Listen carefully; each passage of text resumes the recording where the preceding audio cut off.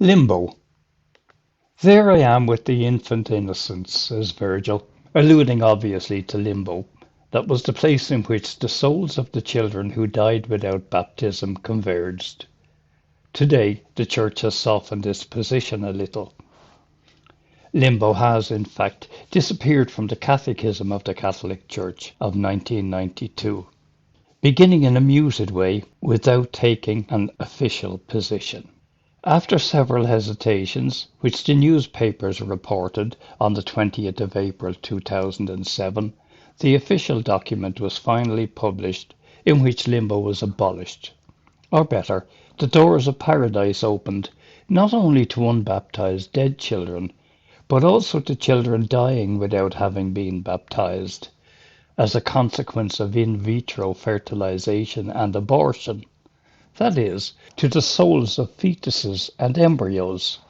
In Dante's time, the souls of newborn dead without baptism could not gain access to paradise, even though there were some conflicting voices, for example that of the authoritative Bernard of Clairvaux, he who in his Tractatus de Baptismo affirmed that for the salvation of children dead without baptism, the faith of the parents is sufficient, and that even the unbaptized adults who also believed could be saved, even without baptism and outside of martyrdom.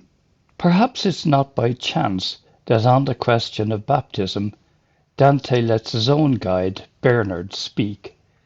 But notoriously, until a little time ago, the Church did not accept similar openings, and on the necessity of baptism has always remained very strict.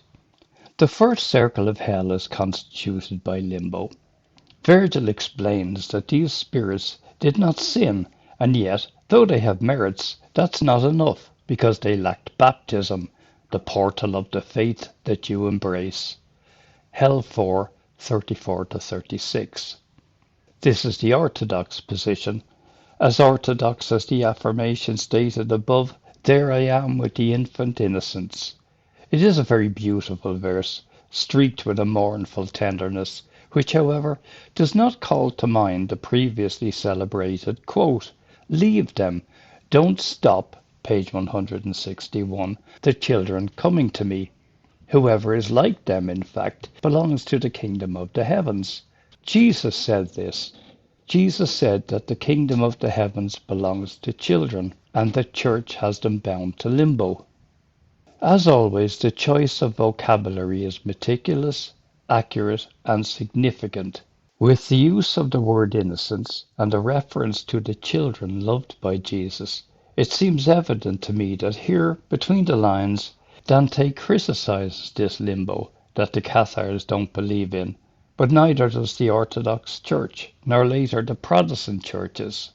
Limbo was, like purgatory, invented around the 12th-13th century.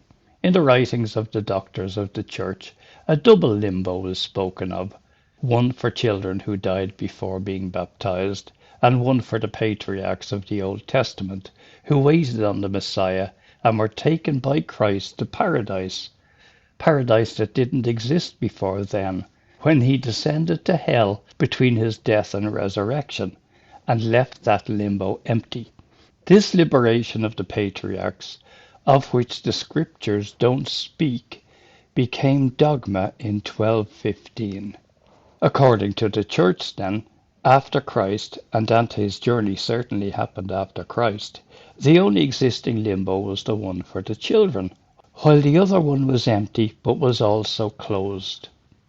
It always amazes me that the Dantean limbo became accepted uncritically, without emphasizing its absolute inconsistency with the teachings of the Church, because Dante not only placed Latin poets, Greek philosophers, Trojan heroes, and already this is certainly not orthodox, but even Muslim unbelievers of his time, such as Averroes, Avicenna, and fierce Saladin.